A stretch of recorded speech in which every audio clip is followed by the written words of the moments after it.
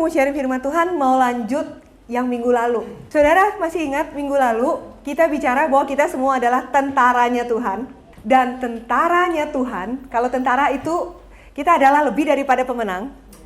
Amin. Tentara pasti menjarah. Amin saudara. Ya, dan Tuhan mendesain kita untuk menjarah. Yes, aku suka. Ya, saudara masih ingat kita akan menjarah apa saudara? Tuhan mendesain kita untuk menjarah. Dan kitalah yang dipilih untuk menjarah neraka. Kita akan menjarah sebanyak mungkin orang. Supaya orang-orang yang sedang berjalan menuju neraka, kita bawa mereka ke sorga. Amin saudara. Ya, oke. Nah, saudara masih ingat minggu lalu saya bicara mengenai ikan. Ikan itu adalah makhluk berdarah dingin ya. Ya.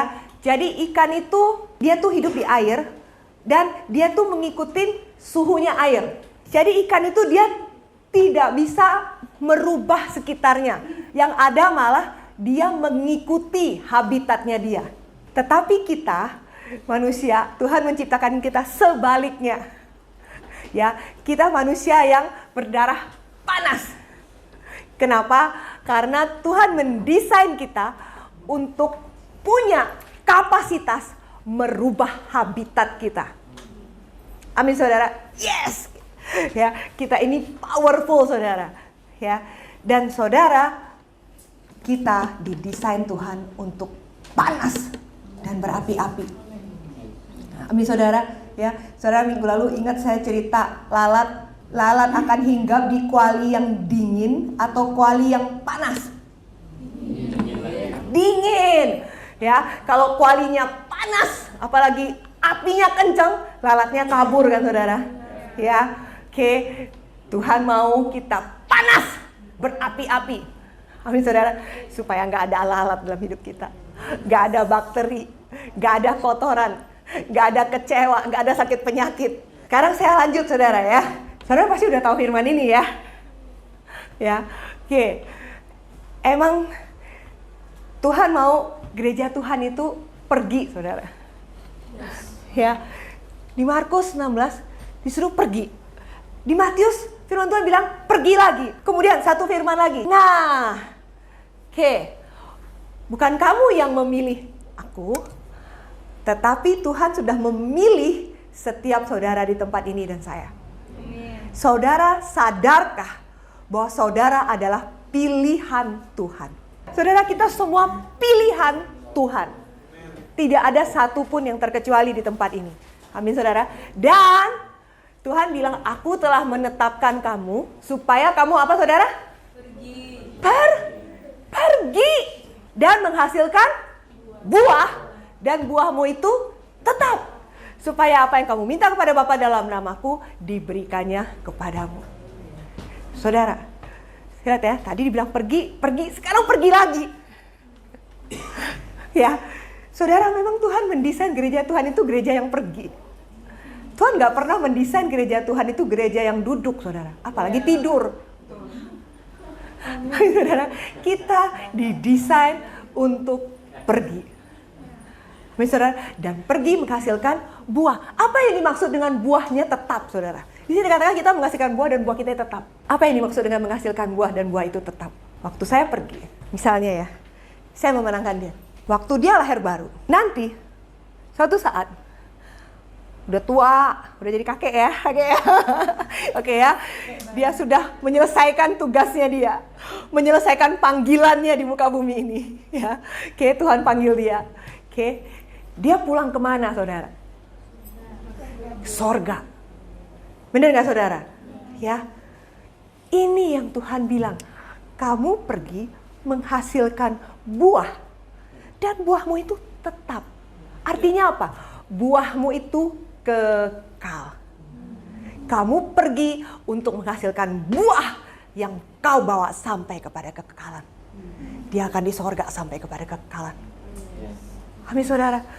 Ya, itu desainnya Tuhan buat kita saudara. Saudara, coba gambar berikutnya. Nah, aduh, ini apa sih ya? Strip. Strip ya. Oke, selain strip kita ada apa nih? Minus, benar, kurang, betul ya. Oke, ini bicara tentang apa? Saudara, Ini bicara tentang kita. Saudara, tanpa Yesus, tahukah saudara? Kita ini semua minus. Kita ini semua produk reject. Produk cacat. Produk gagal. Sadis. Tapi kenyataannya begitu. Benar nggak saudara? Penuh dengan ego, tamak, tukang marah, tukang berantem, tukang bohong. Bener. Ya, saudara sadar nggak sih? Saudara itu kita semua itu produk reject. Sadar nggak saudara? Kita ini minus. Tapi kemudian Yesus datang. Keren ya saudara. Ini saudara, Yesus datang. Yesus memperdamaikan kita sama Tuhan. Kita yang minus dibayar sama salib Yesus. Amin saudara. Dia memperdamaikan kita sama Tuhan sehingga sekarang kita nggak minus lagi. Amin saudara. Ya. Dan kalau saudara lihat ini, kira-kira ini kita minus jadi apa nih sekarang? Plus ya. Amin ya saudara ya. Tapi saudara ya, ternyata ya Tuhan itu nggak cuma bikin penambahan loh dalam hidup kita. Tuhan itu adalah Tuhan yang berkelimpahan. Ya, Tuhan yang gak cukup segitu aja. Saudara, Tuhan kita tuh luar biasa. Gak ada kata ya udah segitu aja dalam Tuhan. Gak ada. Saudara waktu baca 5 roti dan 2 ikan. Ya, kenapa harus lebihnya 12 bakul? Saudara kebayang gak? Tuhan kan ahli kan? Harusnya Tuhan kira-kira dong 5.000 orang sama anak-anak makan sampai kenyang. Ya udah Tuhan bikin mujizat. Harusnya gitu dong. Kenapa sih harus ada 12 bakul? Karena Tuhan mau kasih tahu sama kita. Allah kita adalah Allah yang berkelimpahan. Tuhan datang dalam hidup kita ya untuk membawa kita kepada kelimpahan. Amin saudara ya. Yohanes 10 ayat 10 saya percaya saudara tahu firman ini. Aku datang untuk memberikan kamu hidup dan hidup dalam kelimpahan. Ya, oke. 1 Petrus 1 ayat 2. Kiranya kasih karunia dan damai sejahtera makin melimpah atas kamu. Kasih karunia dan damai sejahtera makin melimpah. Tuhan begitu rindu membawa kita masuk ke dalam rancangannya untuk memberikan kepada kita hidup dalam kelimpahan. Saudara ya, berlimpah-limpah kasih karunia, berlimpah-limpah anugerah, berlimpah-limpah damai sejahtera. Amin saudara. Saudara sini, siapa yang saudara setelah lahir baru, saudara mengalami kelimpahan waktu hubungan-hubungan saudara dipulihkan? Saudara ngalamin nggak? Ya, apalagi ya? Saudara saya mengalami penyakit kita dipulihkan. Amin saudara, ya kita berlimpah-limpah dalam kebaikan sehingga kemudian kita bisa menabur sama banyak orang. Amin saudara, kelimpahan. Termasuk saudara, harusnya kita semua juga mengalami kelimpahan keuangan. Amin saudara, ya kelimpahan dalam kesehatan. Amin saudara. Tadi salib ya, kita udah lihat ya. Oke, Tuhan itu bukan cuma mau kasih penambahan. Tadi kan itu salib itu kayak tanda plus ya. Tambah ya. Tuhan itu bukan Tuhan yang mau kasih penambahan dikit-dikit dalam hidup kita.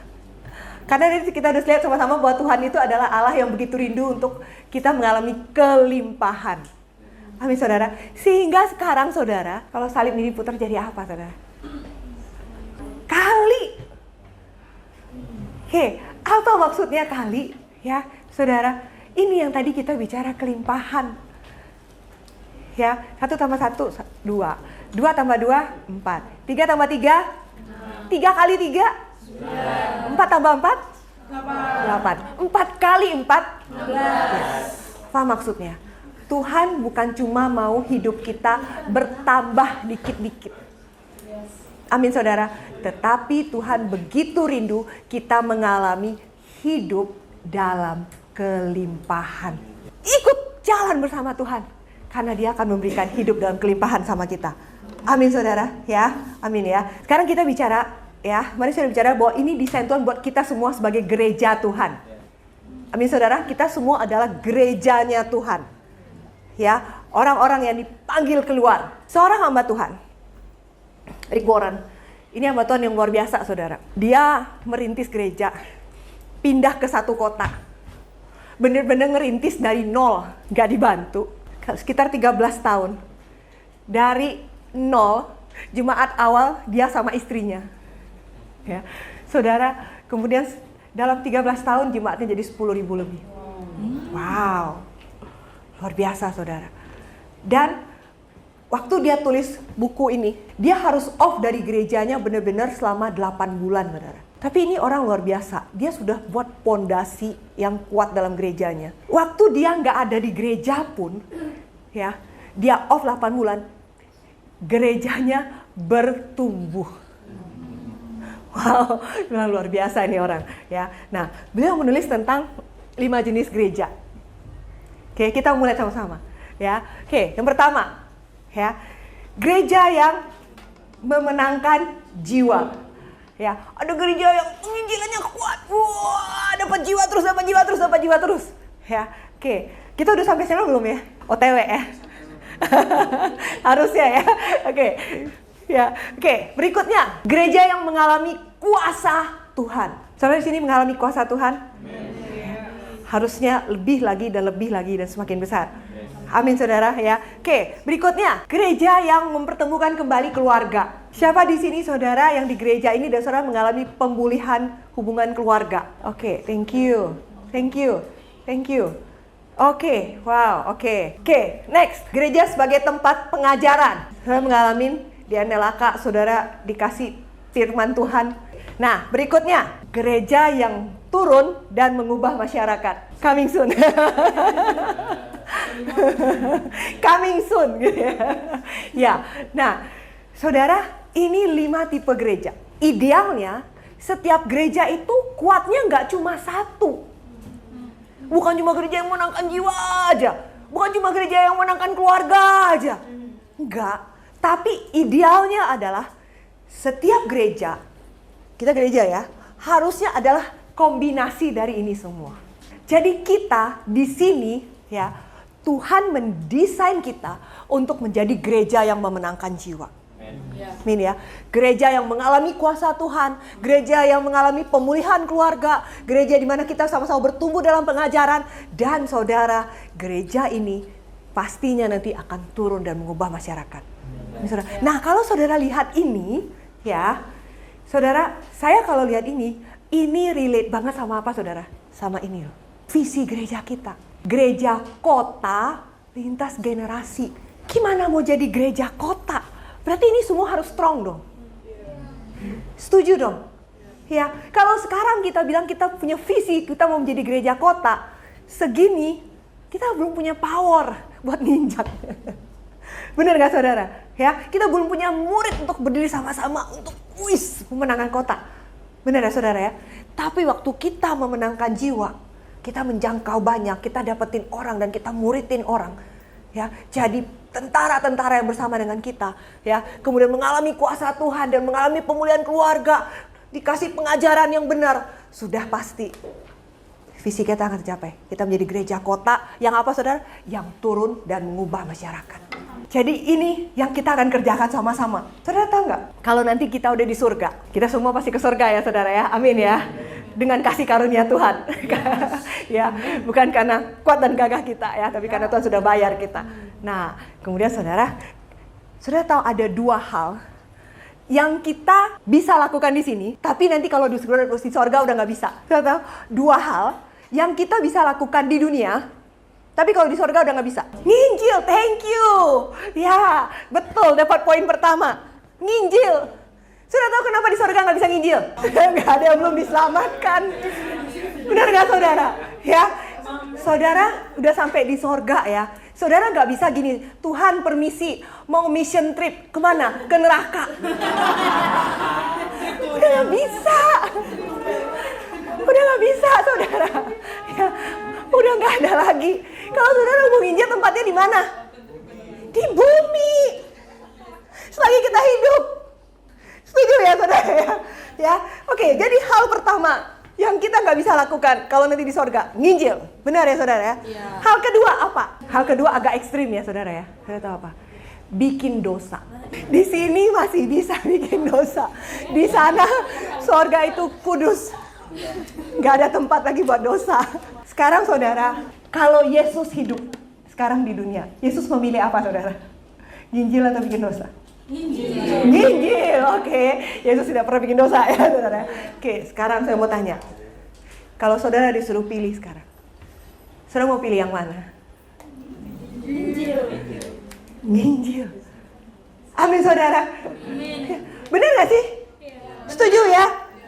Kita gak ada yang mau bikin dosa lagi. Amin saudara. Karena kita udah ditebus dengan darah Yesus. Iya.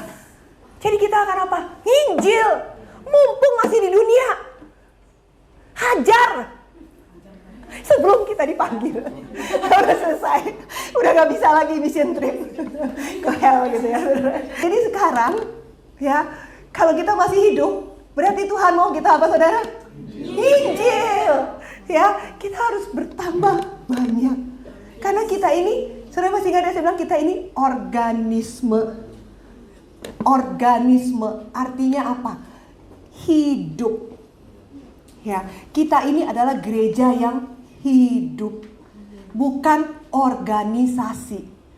Organisasi itu mati. Kita ini hidup, dan yang namanya makhluk hidup ya, kalau dia tidak bertumbuh berarti sekarat. Setuju nggak? Ya, dan kita gereja Tuhan bukan gereja yang sekarat. Karena itu kita pasti bertumbuh. Amin saudara. Amin ya. Nah saudara, ada yang bilang kayak gini, ya tapi kan kita harus bertumbuh kualitas dulu. Oke, terus saya tanya, bertumbuh kualitas tuh maksudnya apa sih? Ya bertumbuh karakternya lah. Kita anak Tuhan, gimana sih dilihat orang karakternya? Oke, terus gimana caranya bertumbuh karakter? Saya nanya lagi dong sama orangnya. Terus gimana dong cara bertumbuh karakternya? Ya doalah, baca firman, gereja, kesel, supaya bertumbuh karakternya. Kan kita mau jadi orang Kristen yang berkualitas. Salah nggak? Saudara, saya nggak bilang kita nggak doa. Saya nggak bilang kita nggak baca firman. Jangan salah ya saudara ya. Oke ya, maksudnya jangan sampai nanti dibilangin, oh Bu Shirley bilang nggak usah doa, nggak boleh baca firman. No ya, oke ya, saudara ya. Tapi, saudara tahu nggak? Tahukah saudara, kita tuh didesain sama Tuhan tuh kayak pemain bola. Saudara pernah lihat orang main bola? Terus gini, di depan gawang, dia jaga. Gitu ya, berdiri terus. Doa, baca firman. Karakter yang bagus, jaga gawang, jangan sampai kebobolan. Saudara pernah lihat orang main bola kayak gitu? Babak belur, betul. Mana ada orang main bola gak nyerang? Yang ada pastinya kebobolan. Benar gak saudara? Sama, saudara bilang mau bertumbuh karakter, mau bertumbuh kualitas. Wah, jaga gawang. Saudara, tahu gak? Semakin kita bertumbuh dalam pengenalan akan Tuhan yang benar, amin saudara, semakin karakter kita akan bertumbuh. Amin saudara, gak usah khawatir. Ya, yang namanya pohon apel tuh pasti berbuah apel. Waktu kita berakar sama Tuhan yang benar, kita melakukan apa yang Tuhan mau kita lakukan, otomatis kita pasti bertumbuh dan berbuah. Gak usah khawatir saudara. Amin saudara, semakin kita bertumbuh, semakin Roh Kudus tuh kan bicara terus sama kita. Semakin kita mau dengar suara Tuhan kan? Benar kan saudara? Semakin kita diubahin. Saudara ngalamin gak ya saya ngomong? Ya, betul ya saudara ya. Dan sore ini saudara, saya akan kasih tahu saudara, apa sih yang dimaksud dengan pertumbuhan kualitas? Ternyata saudara ya, pertumbuhan kualitas itu adalah orang percaya itu bertumbuh semakin serupa dengan Kristus. Nih saudara, ya jadi bukan jaga gawang, bertumbuh semakin serupa dengan Kristus. Memang iya, Kristus karakternya luar biasa. Benar gak saudara? Ya, Kristus bergaul dengan pendosa, tapi Kristus gak bikin dosa. Yesus bergaul sama wanita-wanita gak benar, tapi Yesus tidak ikut hidup mereka. Setuju ya? Yesus bergaul sama pemungut cukai, tapi Yesus juga gak nilep duit. Tapi saudara, lebih daripada itu, Yesus pergi. Yesus melakukan mission trip terjauh yang manusia pernah bisa lakukan. Yesus turun dari sorga ke bumi. Dia pergi. Dan bukan cuma itu. Di atas bumi pun Yesus pergi. Saya mau tunjukin sama saudara semua, kita mau lihat tipe-tipe gereja Tuhan ya yang ada di dunia ini. Oke, kita mulai sama-sama dari firman Tuhan. Oke, saudara tahu pasti, saudara kita baca Alkitab sama-sama. Saudara pasti tahu cerita di Hakim-Hakim ada nabi wanita bernama Deborah. Nah, jadi ceritanya waktu itu bangsa Israel itu mereka ditindas ya sama bangsa Kanaan sampai mereka dibikin susah banget ya. Waktu itu rajanya tuh punya satu panglima perang. Panglimanya ganas banget dan dia punya 900 kereta kuda. Dan bangsa Israel tuh tunduk, gak bisa ngelawan sama sekali. Ya, mereka tuh bener-bener ditindas sampai susah banget dan mereka teriak-teriak sama Tuhan. Sampai kemudian Tuhan bicara lewat Nabi Deborah. Tuhan bilang, ini waktunya kamu bangkit, hai bangsa Israel. Untuk melawan Kanaan, karena aku mau membuat menangan di antara kamu. Nah, apa yang dilakukan Deborah? Deborah itu dia kirim surat kepada setiap suku Israel. Hayo, Tuhan mau kita hajar orang Kanaan. Dia kirim surat satu-satu ya ke suku-suku Israel. Nah, habis itu saudara, beberapa suku datang dan kemudian mereka perang. Saudara, kalau saudara baca di Alkitab, saudara akan tahu. Tuhan bekerja, Tuhan bikin kacau orang Kanaannya. Bangsa Israel gak usah susah-susah berperang, Tuhan bikin kacau orang Kanaannya. Dan akhirnya mereka kalah. Dan kemudian panglima perangnya yang Sisera itu, yang jahat banget itu, kemudian akhirnya dibunuh mati. Oke. Nah, setelah itu, saudara, Deborahnya yes ya, orang Israel yes, kita menang perang, yes gitu ya. Deborahnya nyanyi ya, dia nyanyi memuji Tuhan untuk kemenangan. Nah, waktu dia nyanyi, saudara, ternyata kebuka kartu nih. Kebuka kartu. Ini orang Israel, waktu itu saya bilangnya setiap suku-suku Israel itu ya, itu adalah gambaran buat sekarang, itu adalah gambaran gereja Tuhan. Ya, jadi kalau di perjanjian lama, Tuhan bicara orang Israel itu adalah gambaran gereja Tuhan. Nah, dia buka kartu, kita bisa lihat dari sini, ini ada beberapa tipe orang Kristen. Oke, ya. Coba kita lihat Hakim-Hakim 5 ayat 13. Lalu turunlah para bangsawan yang terluput, umat Tuhan turun baginya sebagai pahlawan. Tadi kan dipanggil nih ya, sama Deborah ya. Turun pahlawan-pahlawannya ya. Dari suku Efraim mereka datang ke lembah mengikuti engkau. Ya, suku Benyamin dengan laskarmu. Dari suku Makir turunlah para panglima, dan dari suku Zebulan orang-orang pembawa tongkat pengerah. Saudara ya, dikirim surat, ayo perang. Ini orang datang. Ikutin, ayo bangkit hajar. Ini dia. Dari Efraim datang ya, dari Benyamin datang, dari Zebulun datang. Ya, mereka ikuti panggilan Tuhan. Oke, next. Juga para pemimpin suku Isakar menyertai Deborah. Dan seperti Isakar, demikianlah Naftali menyertai Barak. Mereka menyusul dia dan menyerbu masuk lembah. Ini orang yang respon sama undangan Tuhan. Panggilannya Tuhan untuk berperang. Ini saudara. Nah, kita lihat kalimat terakhirnya nih saudara. Lihat ya. Tapi pihak pasukan-pasukan suku Ruben ada banyak pertimbangan. Apa maksudnya ini? Ya, oke, ayat berikutnya. Mengapa engkau tinggal duduk di antara kandang-kandang sambil mendengarkan seruling pemanggil kawanan? Oke, sudah lihat ya. Si Ruben ini dibilangin apa? Tinggal duduk. Tadi kita sudah belajar sama-sama. Tuhan mendesain gereja Tuhan. Apakah gereja yang tinggal duduk?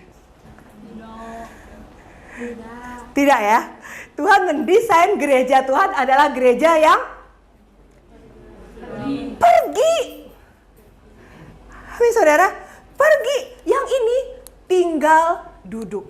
Tinggal duduknya ngapain? Lihat, ada banyak pertimbangan. Maksudnya apa? Ini tipe orang Kristen. Tadi yang pertama adalah orang Kristen yang merespon sama panggilan Tuhan. Pergi, perang gitu ya. Sudah kita baca sama-sama ya. Nah, tipe yang kedua nih, kayak gini nih modelnya ya. Ini namanya tipe orang yang pemikir ya. Banyak pertimbangan tapi nggak maju-maju. Mikir terus. Tuhan bilang pergi. Pergi nggak ya? Pergi nggak ya? Oke. Aduh, ini waktu yang pas nggak ya buat pergi? Tapi Tuhan suruh pergi. Ya udahlah, saya doa dulu deh, nggak usah pergi deh. Saya mau tunggu waktu yang pas. Dia doa dulu, saudara. Udah, habis doa, besok dengar lagi suara Tuhan. Pergi, gitu ya. Terus gini, Tuhan ini udah waktunya belum ya? Ya udahlah Tuhan, saya doa lagi, tunggu waktunya. Ya, kemudian, aduh Tuhan nanti gimana ya? Anak saya tinggal lagi. Aduh Tuhan, pergi nggak ya? Tapi Tuhan suruh pergi ya. Ya udah deh, saya doa lagi deh. Nah, ini tipenya orang kayak gini. Terus ya saudara, sampai minggu depan dia masih di rumah. Oke, masih nggak pergi-pergi. Maju nggak ya Tuhan ya? Pergi nggak ya?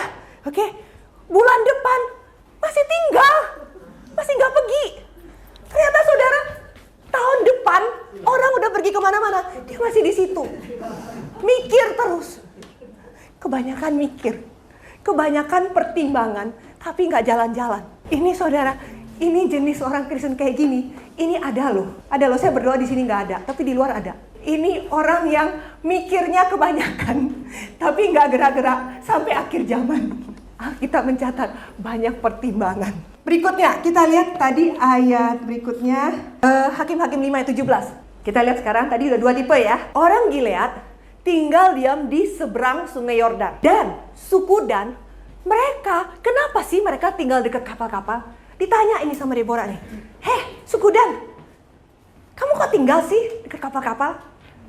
Kita lihat lagi ya, saudara ya. Lihat. Orang Gilead, apa ini saudara? Tinggal diam. Tadi kita belajar Tuhan suruh apa? Pergi. Ah, ini tinggal lagi. Oke, dan suku Dan, mereka apa saudara nih? Tinggal lagi. Kita mau tahu dong kenapa mereka tinggal. Orang Gilead tinggal diam di seberang sungai Yordan. Saudara, kalau kita baca Alkitab ya, kita tahu waktu bangsa Israel masuk ke tanah perjanjian yang Tuhan kasih. Mereka kan sebelum menyeberang sungai Yordan, mereka sudah sampai ke tanah itu. Dan mereka bilang apa? Ada 2 suku yang minta tanah yang di seberang sungai Yordan. Saudara kalau baca, saudara ingat ya. Kenapa mereka minta tanah ini di seberang sungai Yordan? Karena tanah itu apa saudara? Subur. Di situ banyak ciennya. Di situ banyak kang taunya kalau kata suami saya. Ya. Nah, saudara, saking banyak duitnya di situ bikin mereka PW. Ini dia saudara. Ya, dan kemudian suku Dan, ya. Kenapa mereka tinggal dekat kapal? Saudara, mereka itu tinggalnya di pinggir pantai. Dan di situ ada pelabuhan. Apa yang terjadi pada mereka pada waktu itu? Mereka itu rupanya berdagang. Ini saudara, ini modelnya suku Dan saudara. Orang pergi perang, ya. Saudara lihat nggak? Dia ngapain nih saudara? Sibuk di tokonya. Dia lupa Tuhan panggil dia untuk pergi. Dia malah tinggal. Saudara, ini tipe orang Kristen yang kedua. Orang Kristen yang PW dengan uangnya. Ya, kenapa nggak pergi? Ya kan gue di toko. Oke, pagi ke toko sampai sore kan? Iya, malam hitung duit. Hitung bon. Oke, kenapa besok kan buka lagi? Ya, oke. Terus besok buka lagi. Ya begitu lagi. Nanti sore hitung duit lagi, hitung bon lagi. Saudara, gak pergi-pergi saudara. Kebanyakan bonnya yang diurus. Ini tipe orang Kristen yang kedua saudara. Ya, di luar sana ada, di sini nggak ada. Tipe yang kayak gini ya. Biasanya kalau orang, oke, kamu mau pergi ya? Ya, aku mau pergi nih, mau pergi nginjil. Oke, kita mau pergi mission trip ya saudara. Pergi mission trip. Oke, aku, yuk ikut yuk, Tuhan suruh kita pergi. Nggak usah deh, gini deh. Aku titip persembahan ya, sedikit. Persembahanku menyertaimu. Ya, persembahanku pergi misi. Akunya stay aja. Ini nih tipe orangnya kayak gini nih. Saudara, Tuhan nggak pernah panggil kita. Saya kasih tahu sama saudara. Tuhan nggak pernah mendesain dalam gereja Tuhan ada orang yang persembahannya yang pergi misi, orang yang nggak ada. Tuhan nggak pernah mendesain kita untuk jadi penderma gereja. Tapi Tuhan mendesain kita semua untuk pergi. Bukan berarti kita nggak kasih offering. Karena pekerjaan Tuhan butuh dana. Benar saudara, tapi Tuhan nggak pernah mendesain uang kita pergi, kita nggak pergi. Saudara, ya. Jadi ini tipe yang kedua nih, ya, tipe yang PW sama duitnya. Lanjut ya, lanjut. Berikutnya, tadi Hakim-Hakim 5 tadi, ayat 17 kita balik. Berikutnya ya, kalimat terakhir. Suku Asyir duduk di tepi pantai laut, tinggal apa saudara? Diam di teluk-teluknya. Saudara nih, tinggal lagi. Lihat, tinggal diam, nggak pergi lagi. Nah, ini lambang apa? Ini gambaran orang Kristen yang keempat. Nah, ini dia, ya. Orang Kristen yang me time-nya banyak, keasikan me time, saudara ya, sampai malam, sampai ketiduran. Besok lagi bangun lagi, habis kerja dia me time lagi, ya. Habis itu sampai ketiduran lagi, saudara ya. Hari berganti hari, ya, siang berganti malam, dia lupa untuk pergi. Kenapa? PW sama me time. Ya, ini tipe ini ada nggak? Ada kan? Tadi di Alkitab udah tulis kan? Santai dia di tepi laut nongkrong, santai dia menikmati hidup, kebanyakan me time. Saudara, kenapa Alkitab kasih gambaran ini? Berarti memang tipe-tipe yang kayak gini ada di gereja Tuhan dong. Setuju ya? Nah, ini tadi tipe-tipe yang kita udah bahas. Kenapa ada? Karena Alkitab tulis seperti itu kan? Ya, oke. Nah, sekarang, saya mau tanya sama saudara. Kalau kita bicara manusia adalah makhluk berdarah panas, ya. Saya mau tanya sama saudara, menurut saudara yang mana nih yang kayak ikan? Yang dingin, yang tidak panas? Coba ya, 1, 2, 3, 4. Yang mana nih yang dingin kayak ikan? Si Ruben pergi nggak? Mikir terus ya? Mikir sampai dingin? Oke. Si Dan pergi nggak? Enggak, mungkin duitnya bisa pergi dikit-dikit. Si Asyir pergi nggak? Enggak ya, oke. Nah, saya mau tanya, sini pergi nggak? Zebulon? Pergi, oke. Jadi kira-kira yang dibakar sama apinya Tuhan yang mana? Zebulon, oke. Berarti Ruben, Dan, dan Asyir dingin kayak ikan. Benar nggak saudara? Kira-kira hidup mereka mempengaruhi habitat mereka nggak? Enggak. Sibuk sendiri. Setuju ya saudara? Nah, sekarang saya mau tanya, kalau begini, kira-kira di kehidupan mana yang banyak lalatnya? Yang dingin dong. Bener kan? Lalat itu kan sukanya kuali dingin. Dia nggak tahan sama kuali panas. Ya, yang mana kuali dingin? Ruben dan Asyir. Sudah lihat? Ya, paling banyak lalatnya, paling banyak masalah hidupnya, paling banyak komprominya, paling banyak kecewanya. Orang-orang yang gak pergi. Amin saudara. Tetapi hatinya Tuhan adalah sama orang-orang yang pergi. Kita lihat apa firman Tuhan bilang untuk orang-orang yang pergi. Coba Hakim-Hakim 5 tadi ya, ayat 18. Tapi suku Zebulon ialah bangsa yang berani mempertaruhkan nyawanya. Demikian juga suku Naftali di tempat-tempat tinggi di padang.